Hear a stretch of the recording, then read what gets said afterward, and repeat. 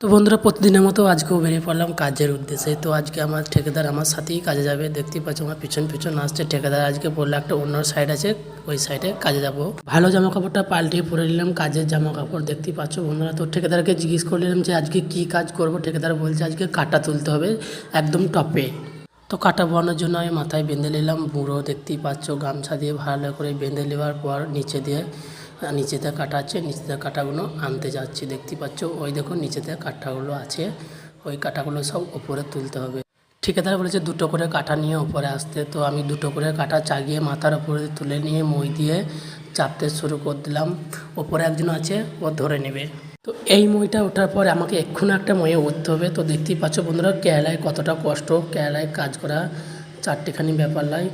তো দেখতেই পাচ্ছ, তো এই মইটা ওঠার পর আমাকে এই মইতে আবার উঠতে হবে। তো ওপরে একজন আছে, ও কাটাগুলো ধরে নেবে। তো যাই হোক এগুলোকে কাটাই বলে কেরালাতে। তো আমার কাটা তোলা শেষ হয়ে যাওয়ার পর আমি চলে এলাম ওপরে। দেখতেই পাচ্ছ মিস্ত্রিরা গাঁথনি করছে, ভিডিও করতে চলে এলাম ওপরে। আর এইদিকে আমাদের মিস্ত্রিটা সব ধরে ধরে বেড়াইছে। আমাদের কাজ এবার পুরো সব কমপ্লিট হয়ে গেলো। আজকে সব গাঁথনিগুলো সব কমপ্লিট হয়ে গেলো, কালকে এসে প্লাস্টার করব। তো বন্ধুরা দেখতেই পাচ্ছ আজকেকার মতন কাজ শেষ। তো